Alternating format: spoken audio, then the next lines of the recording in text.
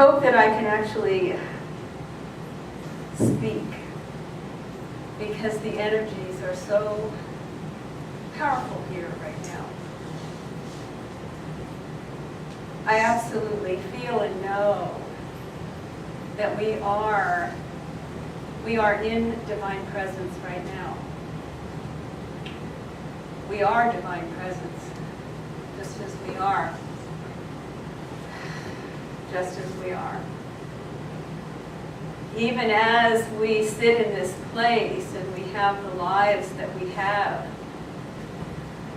even as we have backstories maybe playing, that doesn't change the fact that we are divine presence on planet Earth in this dream called human life.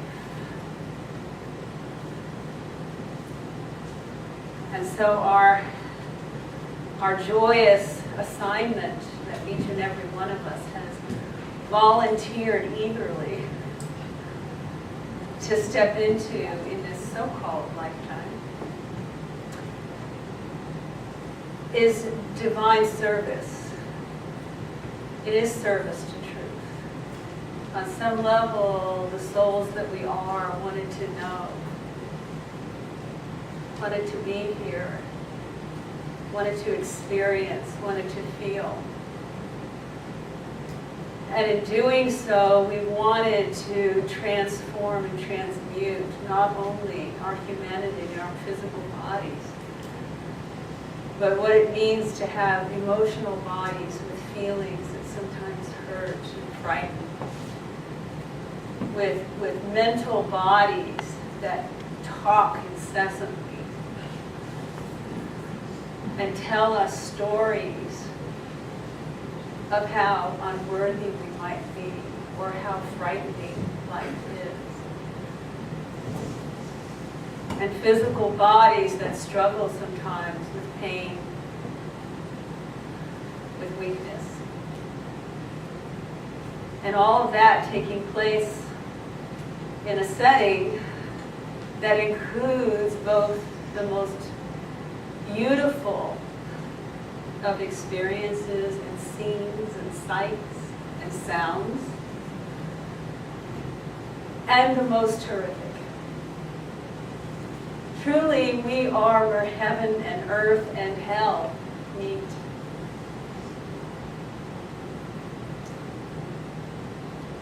So the title of my talk today, which popped into my head a few weeks ago, was Your Life is Your Mystery School. And I started doing a little reading and research on mystery schools, and there's a lot of different ones through the ages, beginning way back. Perhaps some scholars talk even about the shamans during the Ice Age, prehistory. So there's always been this spark that's been implanted, even in the darkest, most brutish times in human history. That spark that there's more.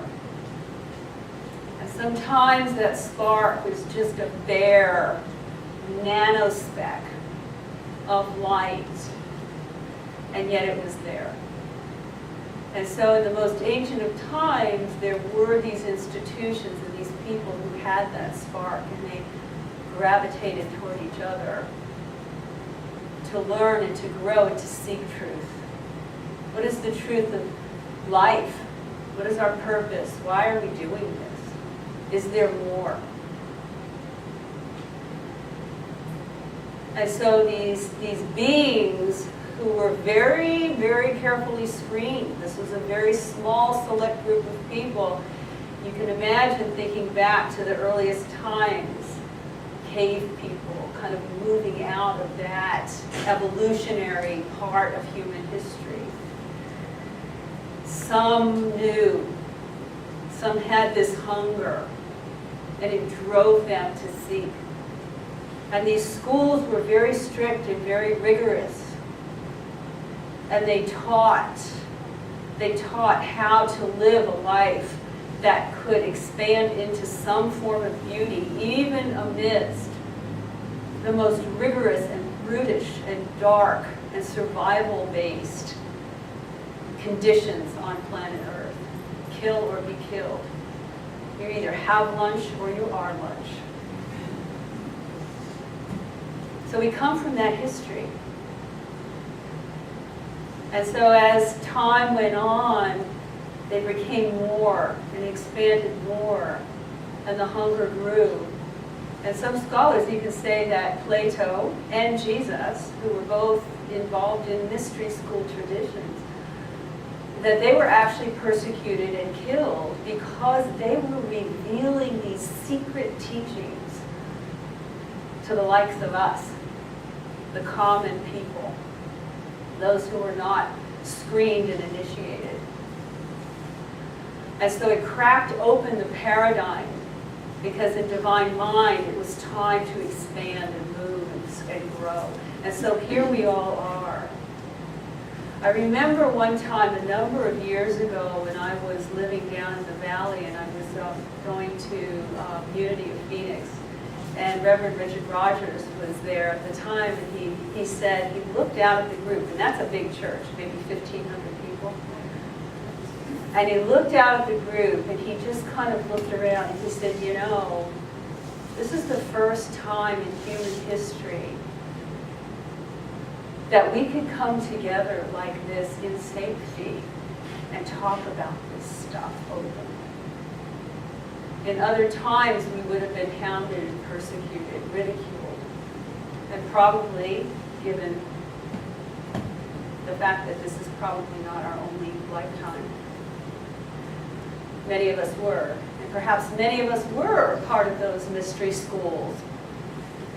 And perhaps we've come here now to complete that process.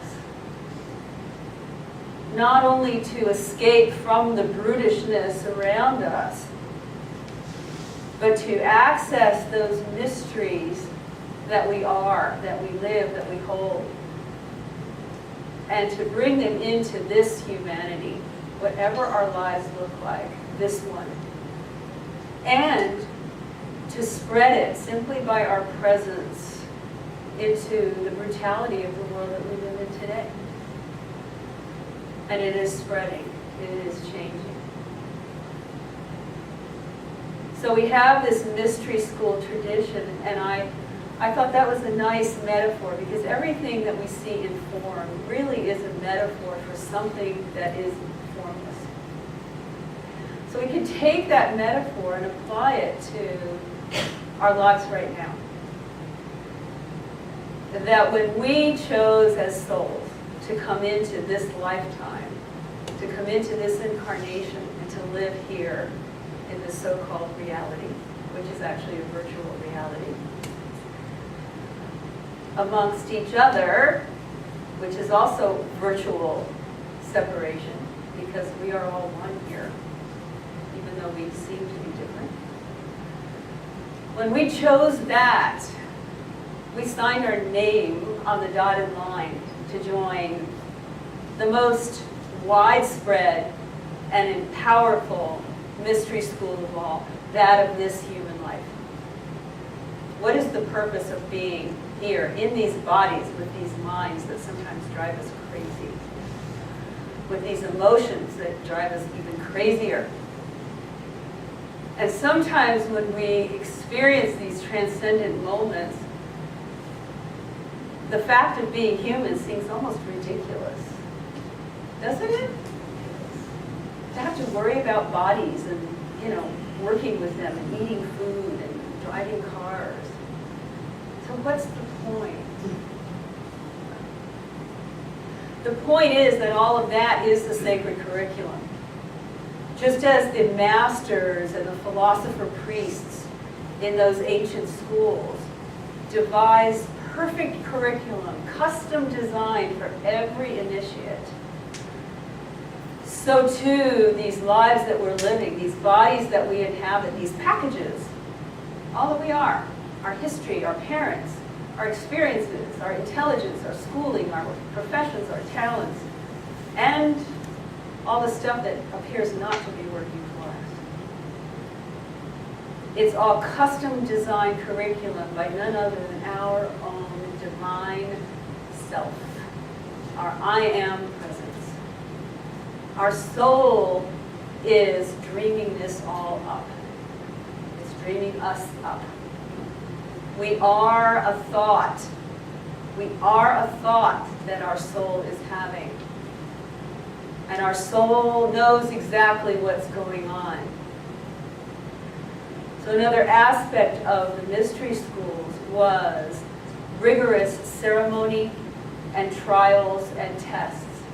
So the initiates were taken through these ceremonial rituals designed to shake them up out of their comfort zone, to challenge the status quo of their minds, of their emotions, of the box in which they had put reality.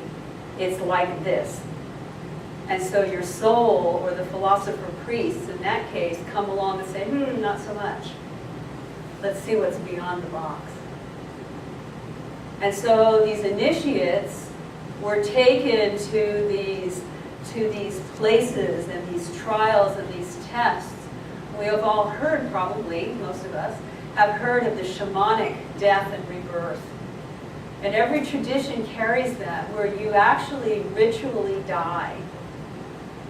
Sometimes it included being sealed up in a cave in the dark, pitch black, for some number of days. And every tradition has this. Jesus did that.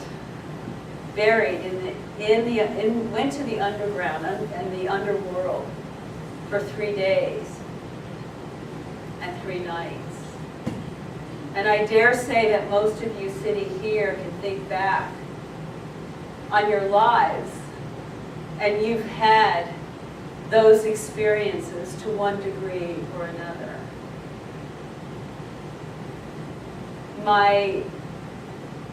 Two of them that I've had.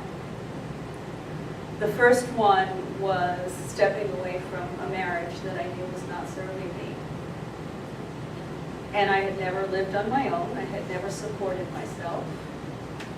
And I had been married for a very, very, very long time, my whole adult life, which was long. And that was very frightening. It took me much longer to do than it perhaps should have.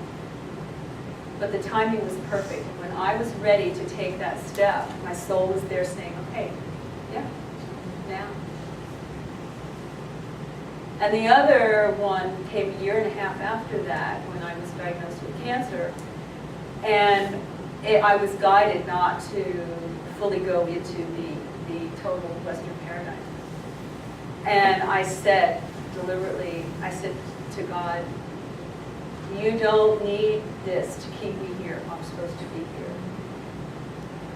And if I'm not supposed to be here, no amount of it is going to keep me here. So what's it going to be? And it was very deliberate, because I'd had some training up to that time, and it was kind of like drawing a line in the sand. And I remember now, and looking back on that, I realized, what I did. I took a chance. I dared God, and laid my life on the line. And I guess I'm still here. But staying in that and daring that was enormous. And Spirit said to me at that time, you can't teach this and you can't do it for others. You can't bring others there if you haven't staked your life on the truth of it. And so that is the tradition of the mystery school. That is what we're in right now. So to whatever degree your curriculum is coming up, it may not be to that magnitude, but for some of you it might be. But if it's not to that magnitude, what's going on in your life? What's coming up in you that's fearful? What's scary for you right now?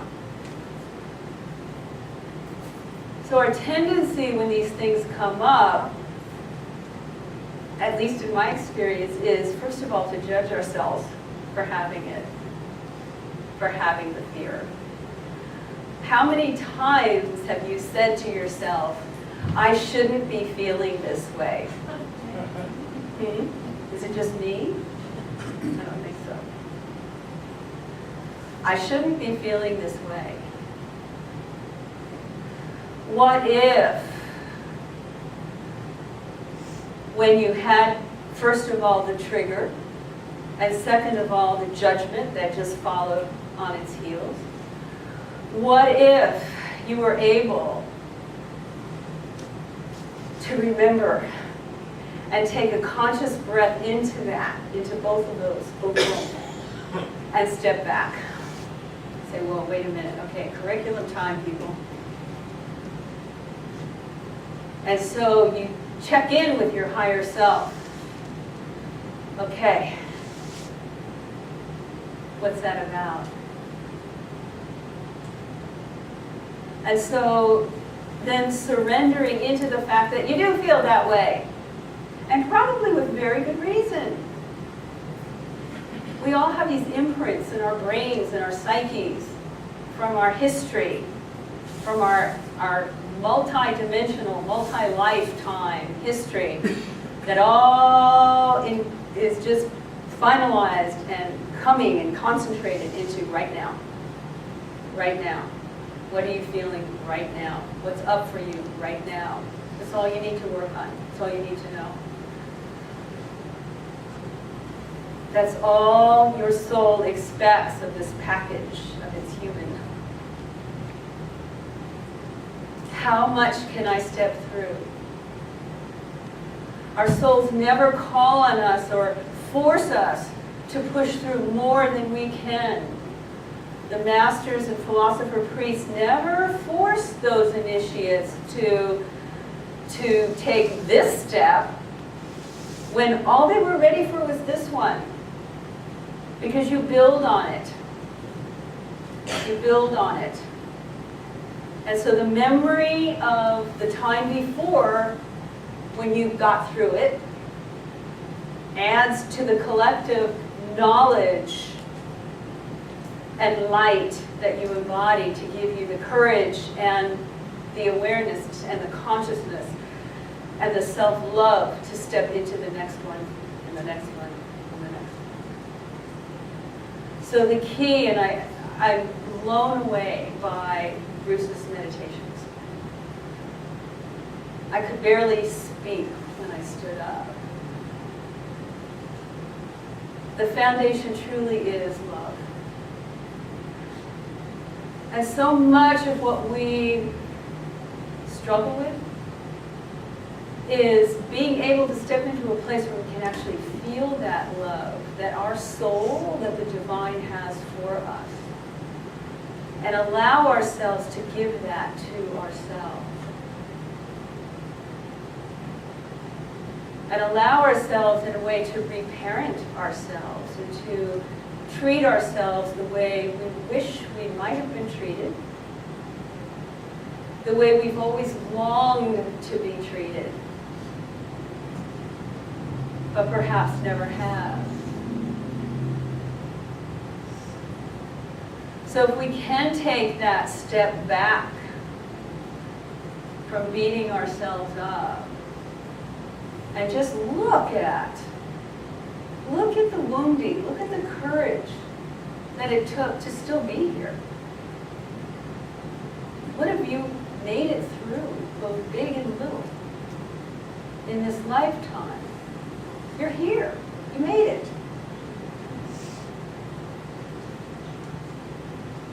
We're all here.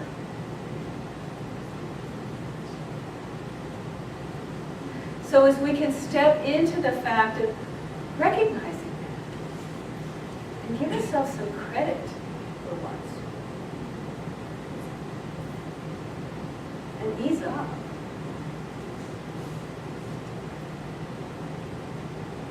And just allow yourself to love yourself. No one can love you any better than you're willing to love yourself.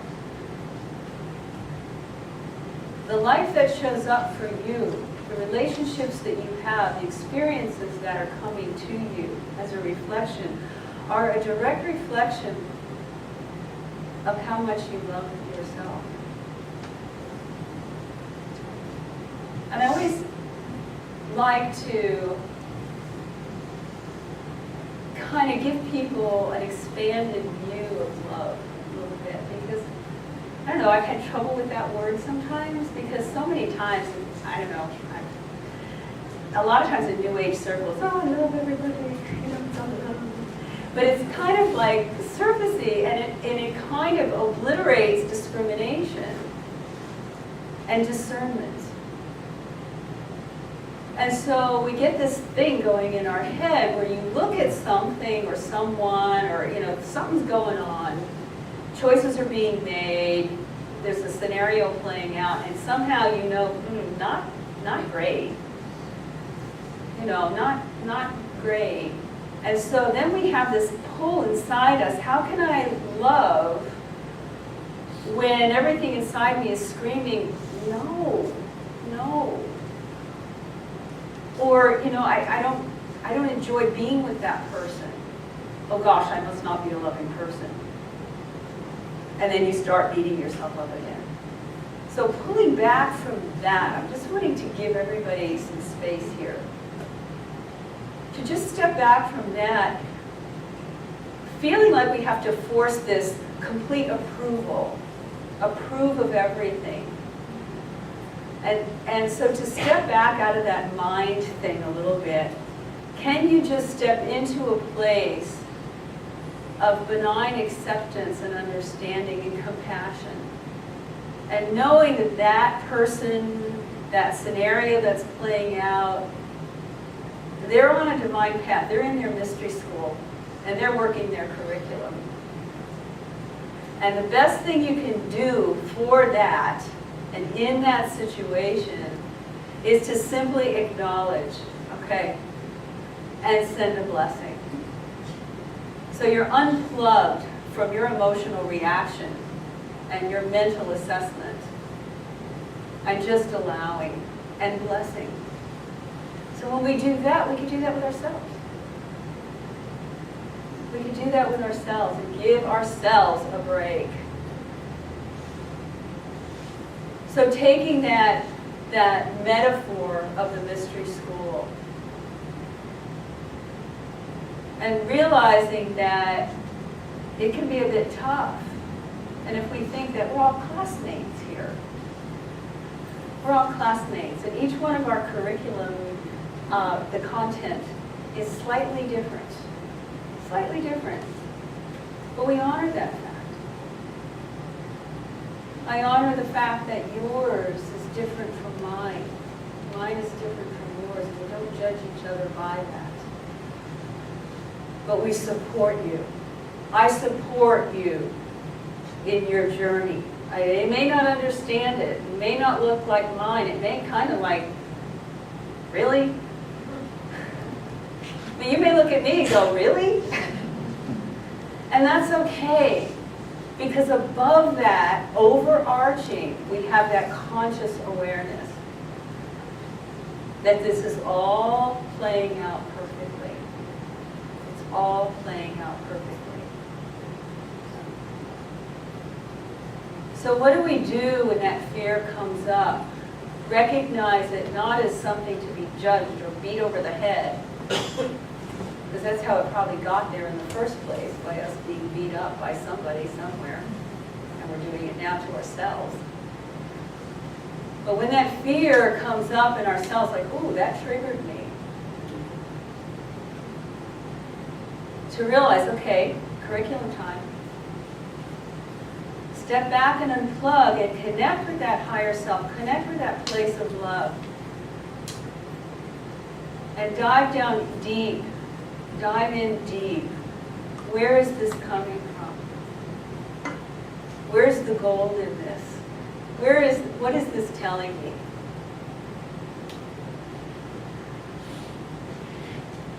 And then stop and breathe, knowing that you will know. Somehow information will come. Things will show up. You'll go, aha. Okay. Okay. Synchronicities will start happening to unwind.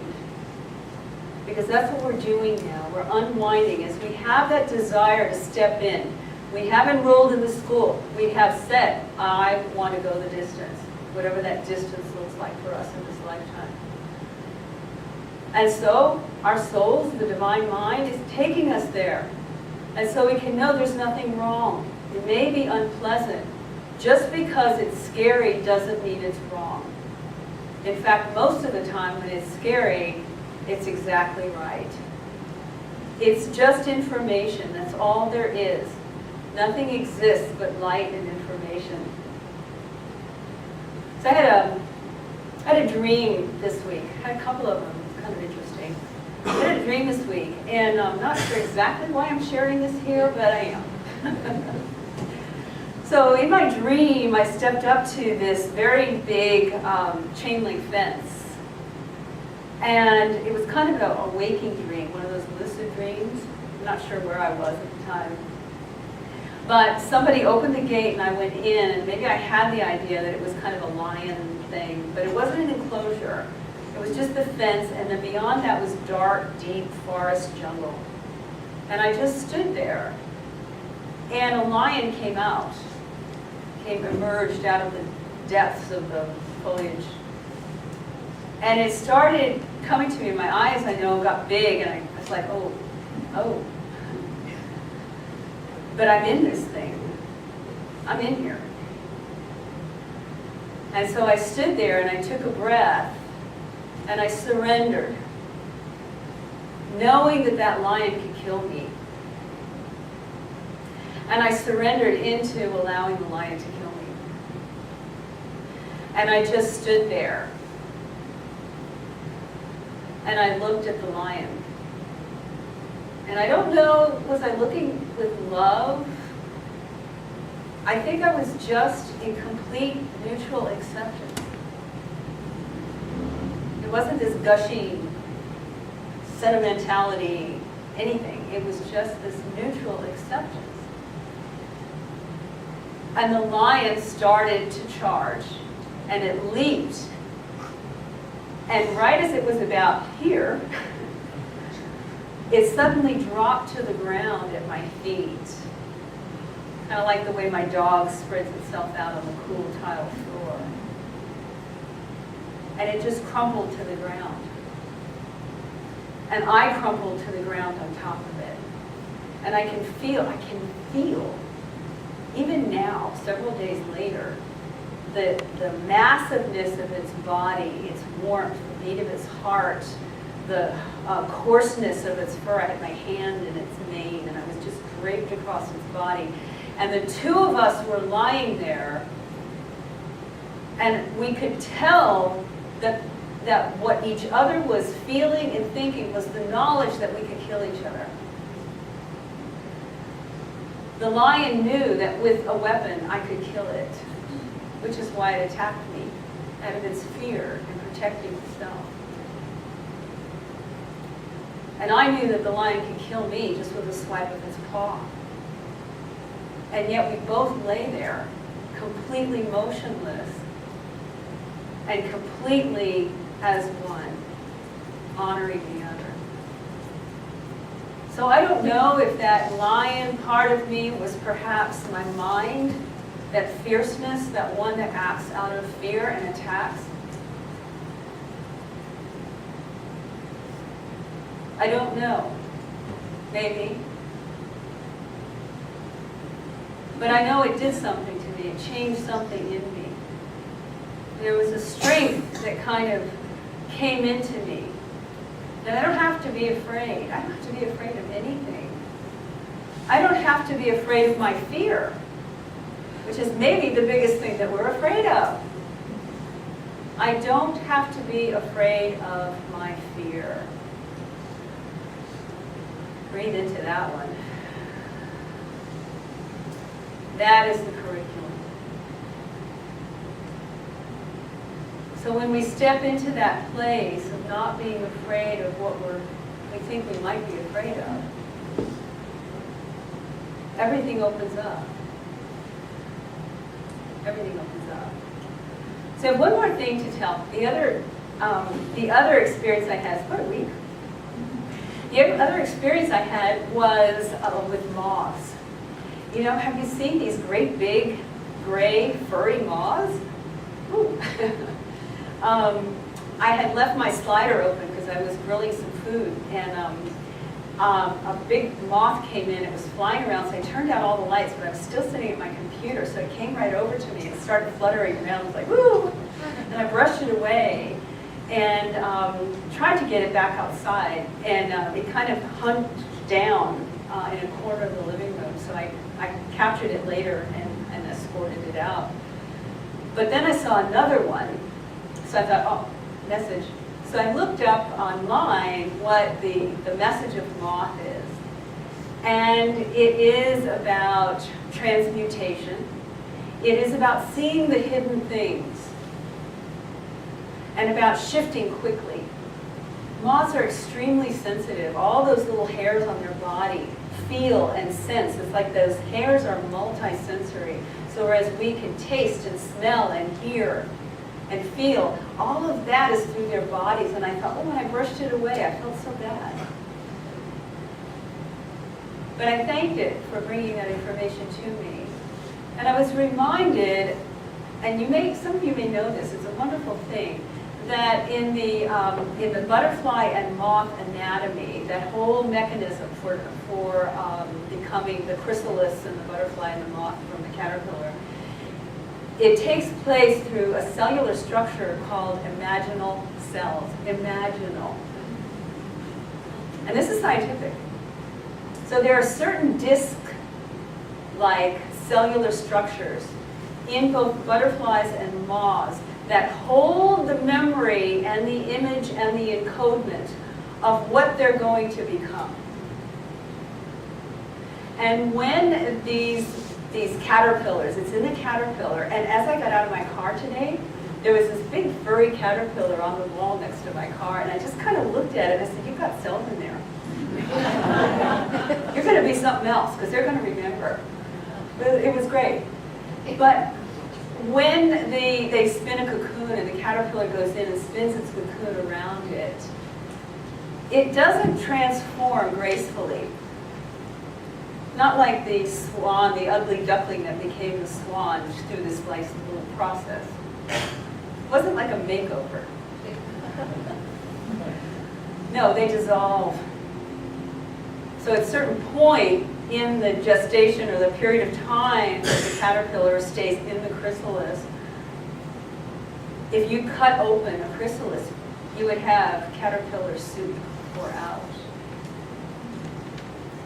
So the caterpillar completely surrenders into dissolution.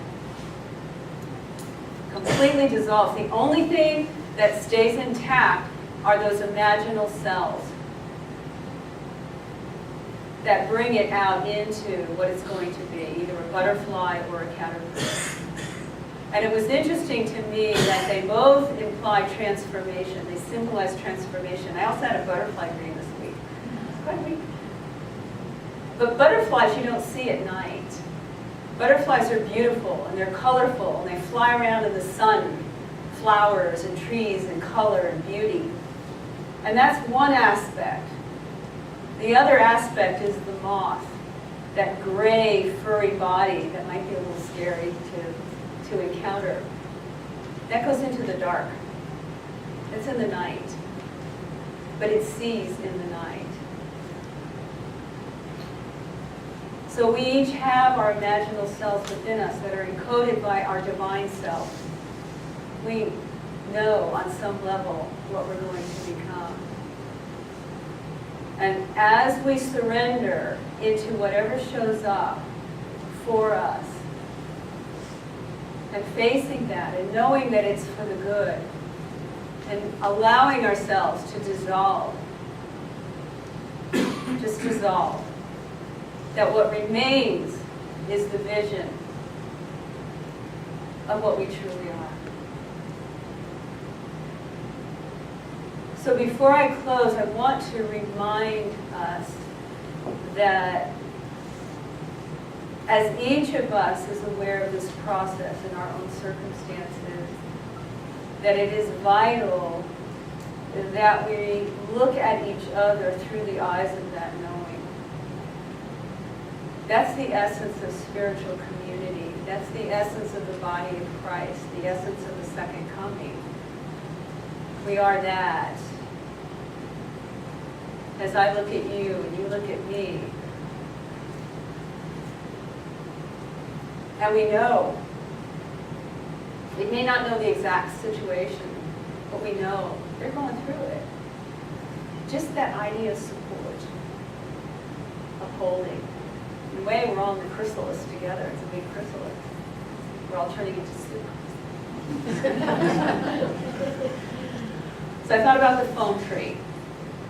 I have a couple of friends that we have an agreement that when we get in the weeds, all I have to do is text her. She's down in the valley. I'm in the weeds, hold space. That's all I have to say. And she does the same for me. It's like, okay, I'm on it. So as we can do that with each other, as part of that foam tree, yeah, lunch and get together and chit-chat and all that stuff, that's good. You need that too. But to have a few people, it's like, hold space, I'm in it. It's just acknowledging the validity of each of our journeys.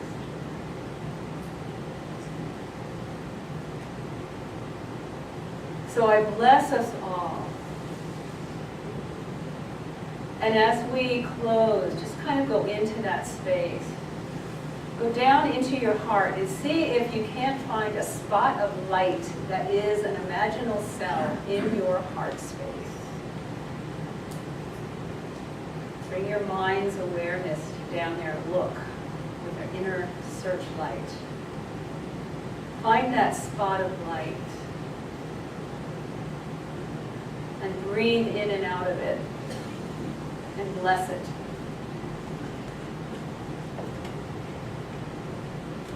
And allow it to grow with your awareness.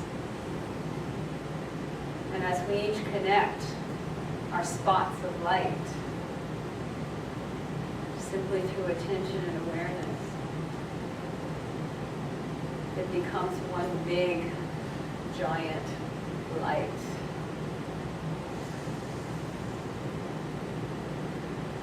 Bless us all. Bless us all. So it is.